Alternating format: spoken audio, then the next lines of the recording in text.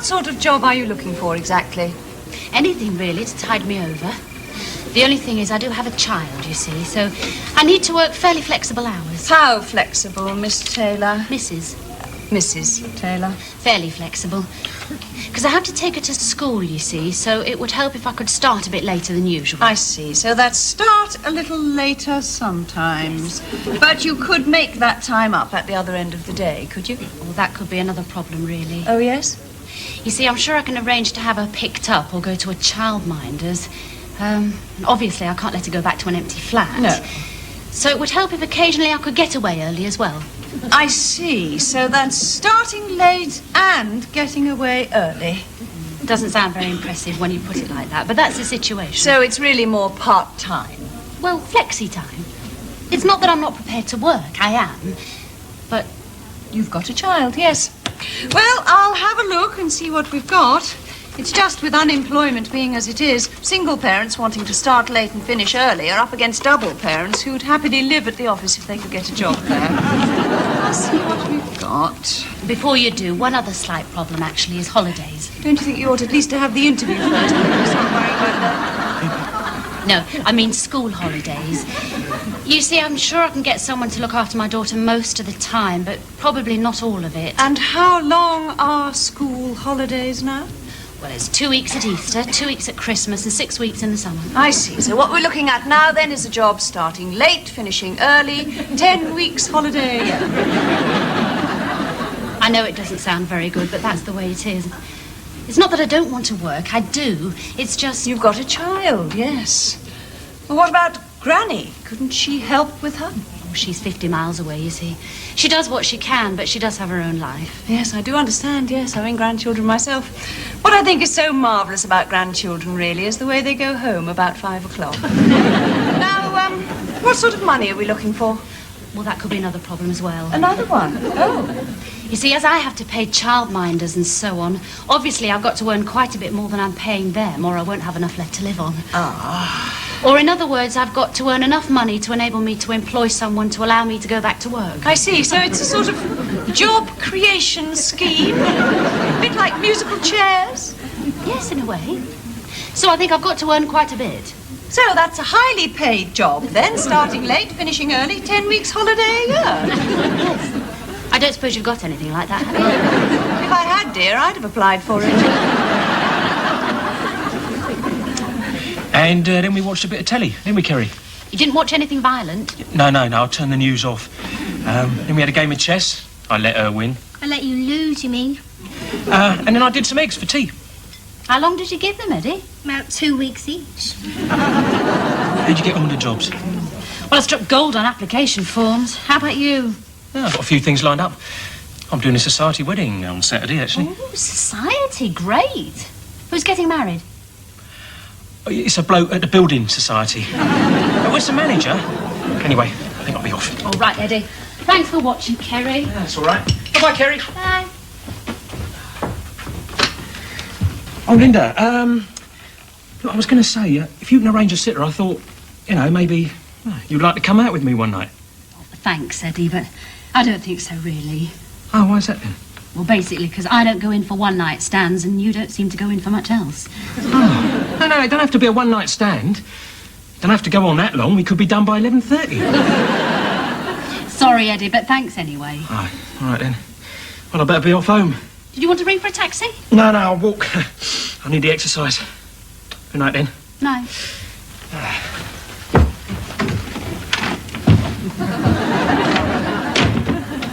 There they were, trapped.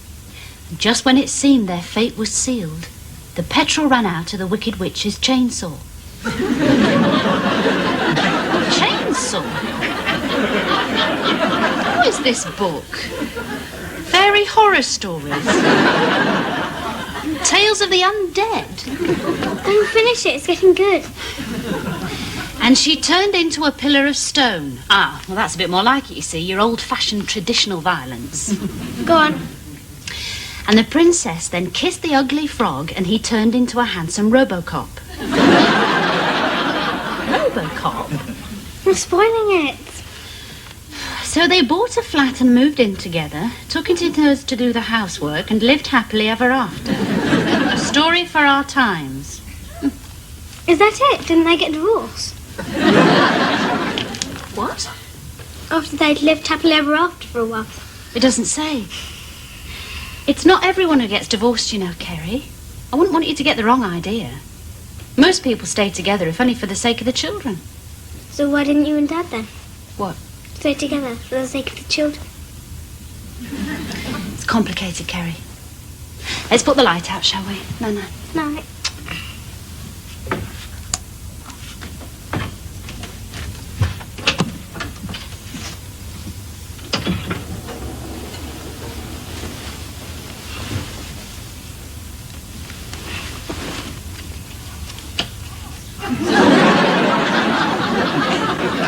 He's probably just been held up. He's not coming. Well, he could have had a flat tyre or be stuck in traffic. He's not coming. He's forgotten me. Well, your own dad's not likely to forget you, is he, Kerry? He left me behind in Sainsbury's once, didn't he? Well, he had a lot of shopping. People are just late sometimes, Kerry, that's all. If he's been held up, he'll ring and let us know. There you are, you see, that'll be him now. Hello? Yeah, hello, Matt. She's waiting. Oh, no, you can't. No, come on, you've got to tell her. Why should... Matt, that's not fair. Well, when then? Kerry, that was your dad, and... Well... He's not coming. What am I supposed to say to her when you don't turn up? Daddy couldn't make it this week because he's having an important meeting in a pub with a tin of Fosters? I was not in a pub with a tin of anything.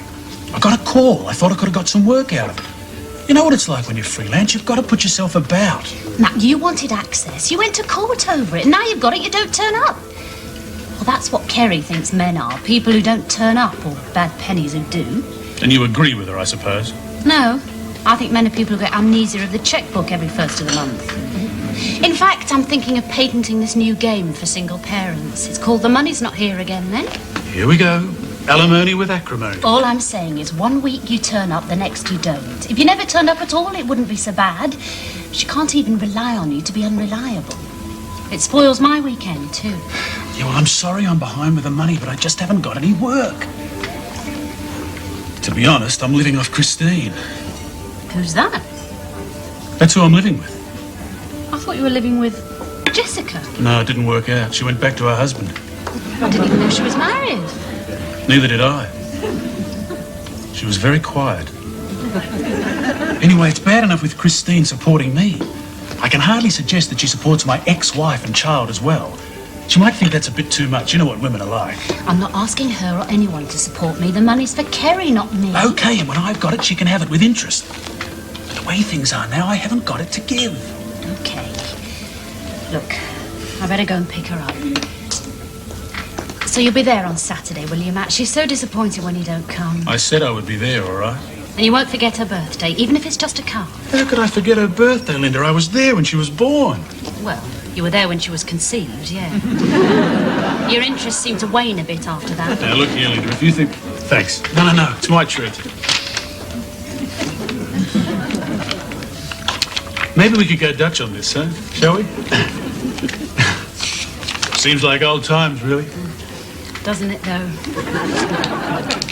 So, no immediate success then, Mrs. Taylor? No. The interviews go fine up to a point, and then... Cold feet, you mean? Yeah, you can all but see their toes going blue. I mean, I'm only a single parent. It's not as if I'm out on remand. No, I must admit ex-offenders are much easier to place. You see, it all goes fine up to the fact that I've got a daughter and I'm on my own. And then they're plainly worried that as a single parent, I'm going to start wanting time off. Which you are. Well, some time off, yes. But as I said to the man at the last interview, surely with a little imagination we can come to some workable arrangement. Imagination, yes. Mind you, that was the advertising agency, wasn't it? I feel I'm going to waste. I mean, I've got O-levels, A-levels. I can type, do accounts. I've run a department.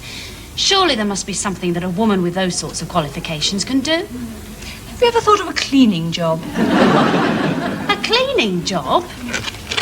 What are the rates? Oh, no, contract night work. That wouldn't do, would it? Well, look, I don't like to see you stuck. Is there nothing you can do at home? I could take Valium, I suppose. Have you ever thought of outworking? You can fix your hours to suit yourself then. Solve all your domestic arrangements. What sort of thing is that? Well, there's a company here making knitwear. They're looking for outworkers. Might be worth giving them a ring. See what they've got to offer. Right, OK, I might do that. Now, keep in touch, Mrs. Taylor. Let us know how you get on. And anything that we can do to help. Thank you. Anything at all, don't hesitate to ask. Actually, you're not free to babysit one evening, so... Now, we supply you with the wool, you see, Mrs. Taylor, and the machine and the patterns and so on. And after that, it's up to you. You're your own boss. I see. And how much will I earn? Well, it's so much per garment, so it depends how fast you can work. Have you used a knitting machine before? No. But I'm sure I can pick it up. It's not that difficult, is it? No. Well, you can practice. Now, if I could just show you the full range of Little Lamb's knitwear. Here we have our motif pullover with "How are you" on the front. That's E-W-E, not Y-O-U. Very interesting. Well, on the back of the pullover as you walk away, it says "Bar, bar for now." It's very witty. Here's one of our newer ones. "This sheepdog's a real trial." It's a sort of play on words, that. Oh, I see. Yeah. I think them up myself, actually. Got quite a lively sense of humour. Obviously. Here's our children's range of coordinates from our Frisky Little Lambkins Club. Now, here's one for a toddler. "All life's a gamble." That's G-A-M-B-O-L. Yes. Yes. Now, obviously, we would be regarding you as a self-employed businesswoman for national insurance purposes. And what about declaring my earnings for tax? Yes, what about that? Fine. OK, well, I think I'll give it a try. Right, well, I'll bring everything in then. Hello, little girl. Your daughter, Mrs. Taylor? No, I'm a pet rabbit. Yes, this is Kerry. Isn't it, Kerry? I've got two at home like you myself. Well, you've got two daughters, have you? Yes. Still, can't be helped.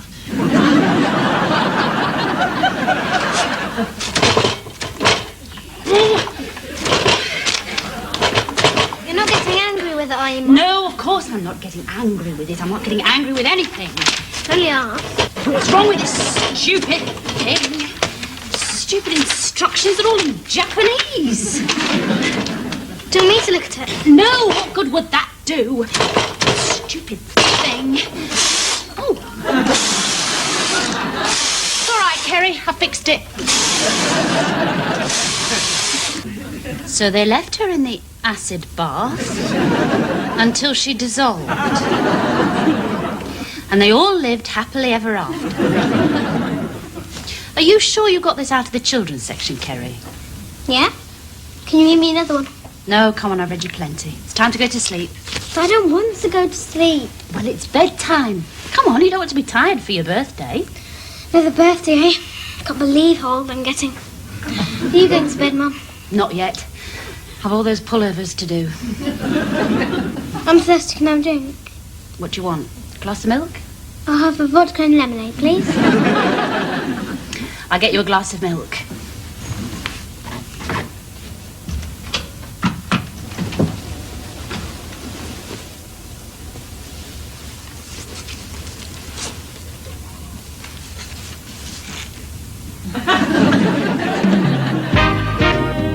Mary, postman's bee. You've lots of cards. Presents. Yes, and presents, and here. There you go. That's from me. Oh, that's where you... It looks everywhere. Thanks. Happy birthday.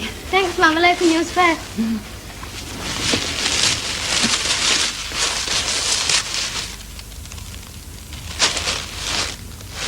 Oh, great, just what I wanted. Knickers, socks, and a new school cardigan. Well, you do need a new school cardigan. We need a new jacket for the boiler. It's not exactly a birthday present, is it?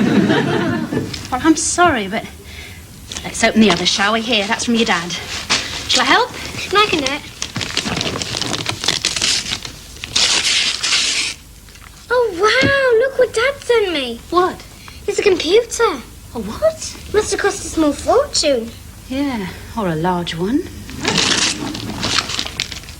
So where is she then? Round at her friend's programming fun school.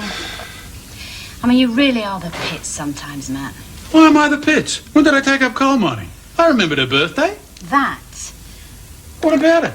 For months, you don't pay any child maintenance. I'm scrimping and saving so much I could scrimp and save for Britain, Mum's army here. And the only luxury I can afford to give her is some chocolate coins. Well, that's all right. Whereas you, who don't pay a penny child maintenance, can find money for that on birthdays. How much was it? Well, 80 or 90 quid or so. 90 quid? I could have paid some bills with that or had the Hoover fixed. It's bad enough having to be mother and father. I've got to be plumber and electrician too. I spent half of yesterday with my head in the washing machine. Why, you weren't trying to drown yourself? I was trying to fix it. Look, a cheque arrived for some work I did weeks ago. It's an educational toy. She's a bright kid.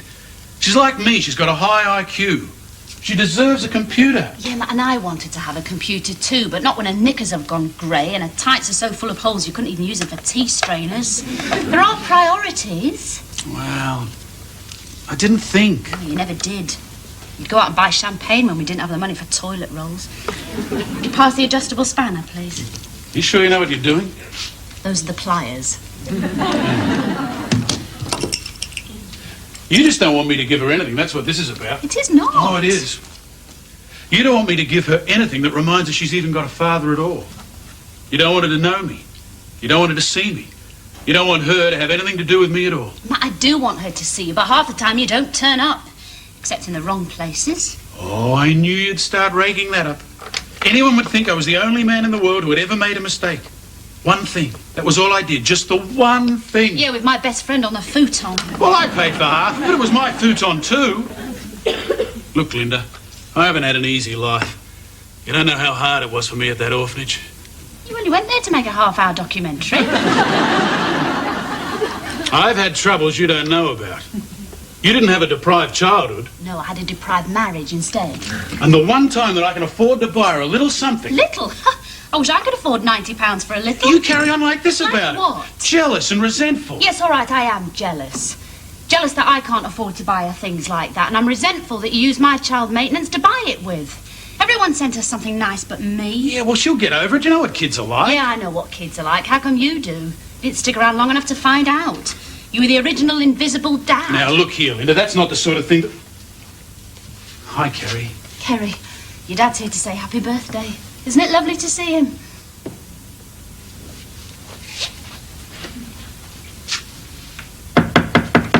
No, I'm sorry, I never met your wife. And even if I did, she only stayed for coffee. Eddie, it's me. Oh, hello, Linda. Blimey, what happened? You got a job with Security Corps? Where's your dog? Eddie, have you got a moment? Yeah, come in. Yeah. What is that then? Well, it's a listener in case Kerry wakes up. Oh, are you all right? No, I'm not, Eddie. I'm really fed up. Oh, well, look, why don't we pop into the bedroom and talk about this over a nice hot water bottle and a glass of lemon? Eddie, what's wrong with me? I seem to screw everything up. Oh, yeah. Yeah, me too sometimes. No, you screw anything, it's slightly different. You probably think monogamy is an endangered hardwood. You mean it isn't? I've been deceived. Here, do you want a drink? Yeah, small one, thanks. Eddie, did you never want to get married, settle down and have a family? What, me? Have a family? Where would I put it? There you go. I said small. That's the smallest I've got. Yeah, I'm a bit broody sometimes, Linda, but then I think, well, if the good Lord had wanted us all to have children, why did he invent the London Rubber Company?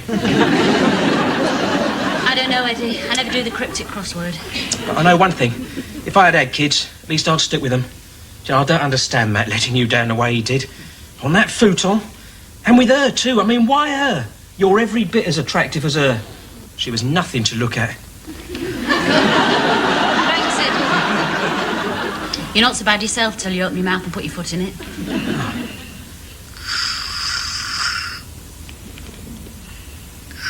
What's that? It's Kerry snoring. I'll turn the listener off.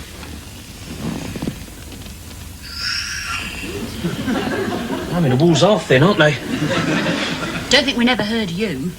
It was probably listening to you feigning cries of ecstasy every night that gave Matt the idea to go off in the first place. Feigning? I wasn't feigning. Oh, Widdy. If I knew what it was going to be like, bringing up a child on my own, no money, all the responsibility, bills, worries. Yeah. Men trying to take advantage of you, eh? And that. Yeah, right, yeah. Well, what would you have done then if you'd known? I'd have gone straight round to the doctors the day I knew I was pregnant and demanded an immediate nanny. Yeah. Or a nurse.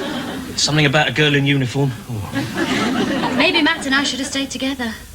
You were unhappy together. Well, so are lots of married couples. It's a great institution. No, I mean stay together for Kerry's sake. Yeah. Yeah, then you could all have been unhappy.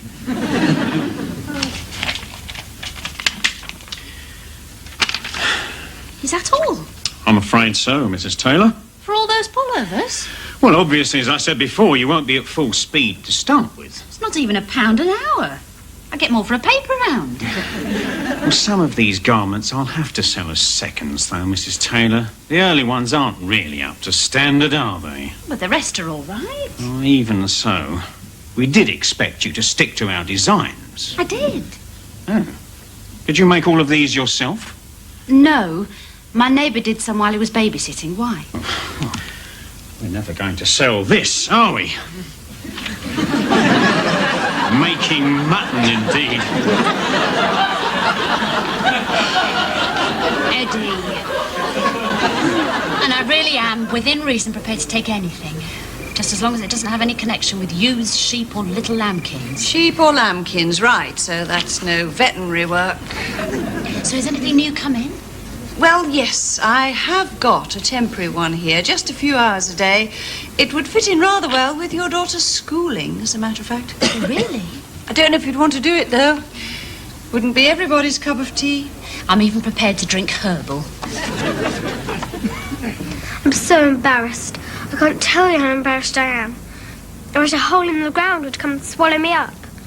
I don't know how you could do this to me in front of my friends. If I ever have a daughter, I'd never do anything like this to her. It would be too cruel. I'm so ashamed. I wish I could die. I haven't even grown up and my life is over. Oh, come on, Kerry, it's not so bad. Anyway, it's good, honest work.